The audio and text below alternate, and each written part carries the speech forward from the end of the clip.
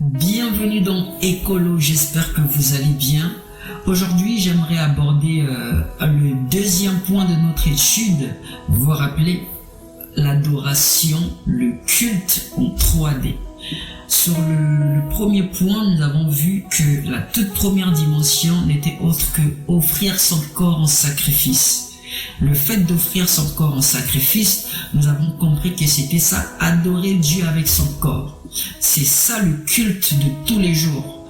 Parce que vous savez, il est possible de rendre culte tous les jours à Dieu avec son corps, sans pourtant aller dans une assemblée locale, sans pourtant aller dans une réunion où il y a des cantiques, où il y a une prédication, mais juste avec son corps. Le fait de manger, le fait de boire de l'eau, l'apôtre Paul pouvait même dire qu'on ne vous juge point, que ce soit pour le manger ou pour le boire, nous faisons tout pour la gloire de Dieu. Donc il est possible avec son corps de manger. L'acte de manger, c'est aussi un culte à Dieu. Mais à quel moment? Je vous invite à consulter la vidéo précédente pour avoir plus de détails. Aujourd'hui, j'aimerais simplement parler donc du coup de l'âme, qui est autre que la deuxième dimension. J'ai dit dans l'une des vidéos que l'homme était tripartite.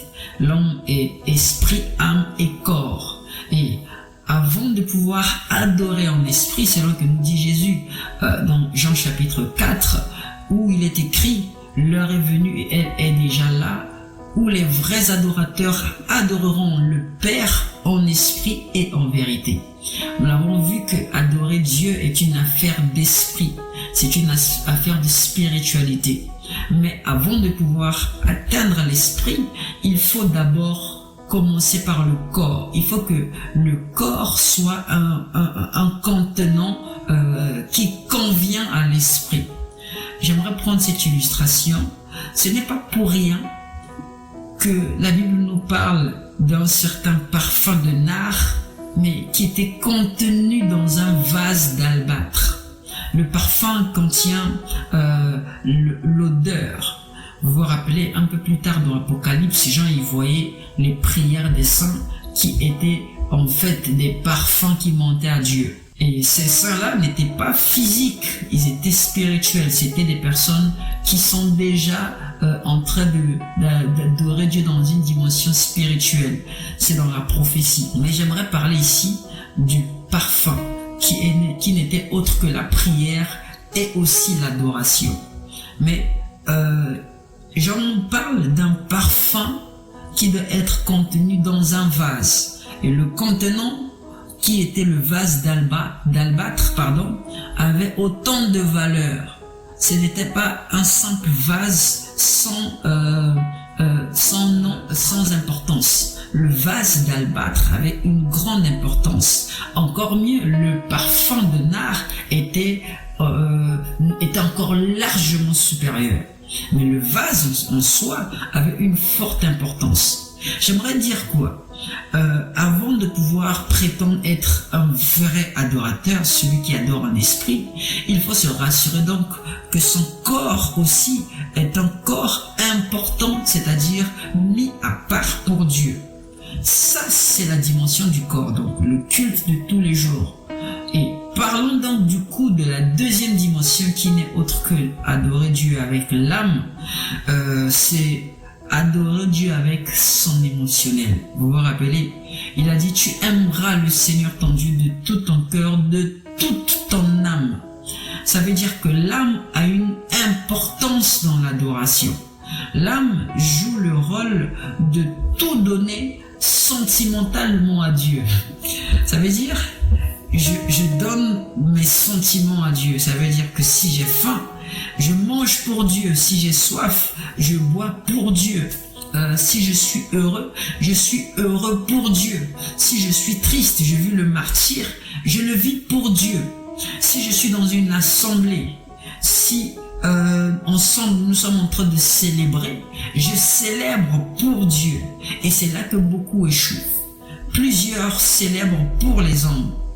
Plusieurs célèbrent à cause du groupe, à cause du fait que c'est Hillsong, c'est Gaël, à cause du nom on célèbre Dieu et non à cause de l'adoration qui revient à Dieu. Vous pouvez voir qu'il y a une personne qui peut être en train de chanter, il n'y a pas de réaction. Mais lorsque c'est une autre personne qu'on aime bien qui prend le micro, là il y a réaction. C'est le point où l'âme se trompe. On finit par adorer les hommes plutôt que d'adorer Dieu. Parce que nous aimons la compagnie de telle ou de telle personne. Cependant, adorer Dieu avec son âme ne résulte pas même du contexte physique dans lequel nous nous trouvons. On peut être une assemblée de 2 ou 3 personnes. On peut être une assemblée de 2 ou 3 000 personnes. Tout comme on peut être une assemblée de 2 ou 3 millions de personnes. L'adoration devrait être la même. Notre façon d'adorer ne devrait pas changer. En parlant de l'émotionnel, de la même manière qu'on se donne totalement, j'aimerais parler du contexte émotionnel lorsque nous sommes 2 ou 3, devrait être cette même façon dont nous sommes 2 ou 3 millions de personnes.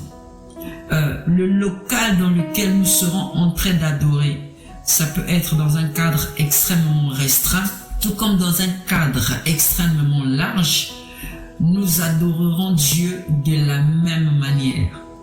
Bien évidemment, je parle du contexte émotionnel.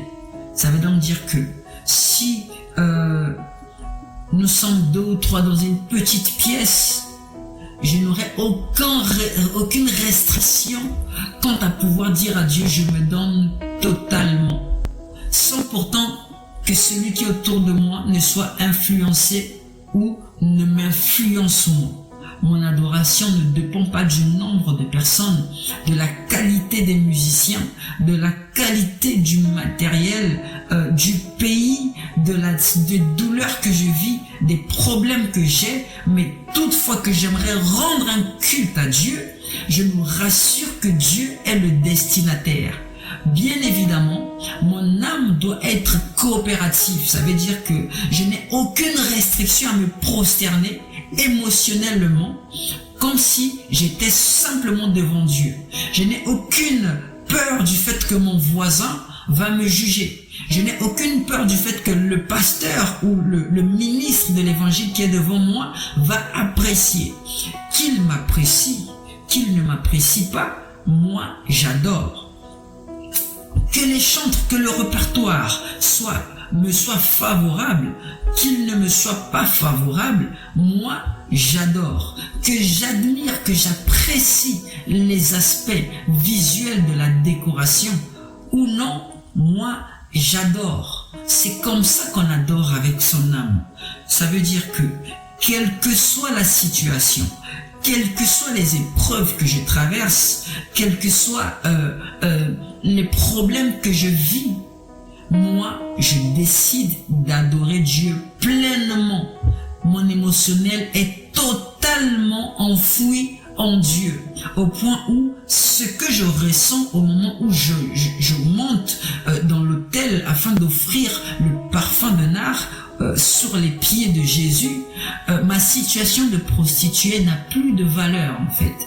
Que les disciples de ce fameux Jésus soient en train de me juger au vu de ma situation, c'est pas mon problème. Moi, ce que je veux, c'est casser mon vase d'albâtre aux pieds de Jésus afin de leur répandre mon parfum. Je fais ce mouvement-là sans tenir compte des jugements des gens. C'est comme ça que nous pouvons adorer Dieu avec notre âme.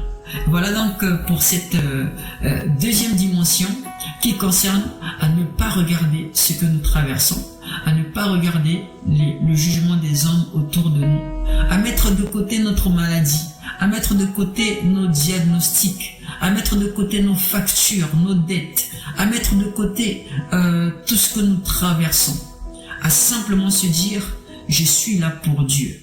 À mettre de côté même le chanteur qui s'est trompé de gamme ou le pianiste qui s'est trompé d'accord, à simplement vouloir donner ce que nous avons en nous à Dieu et non aux hommes, non pour plaire à l'homme de Dieu, non pour plaire à la femme de Dieu, non pour plaire au frère ou à la sœur qui est à côté de moi, mais pour rendre un culte raisonnable à Dieu. N'hésitez pas si vous avez des questions, des préoccupations. Je vous invite chaleureusement à partager la vidéo, à vous abonner afin qu'on soit de plus en plus nombreux, afin que de plus en plus de monde ait accès à ces petits moments d'édification pour la gloire du Seigneur. Que Dieu vous bénisse.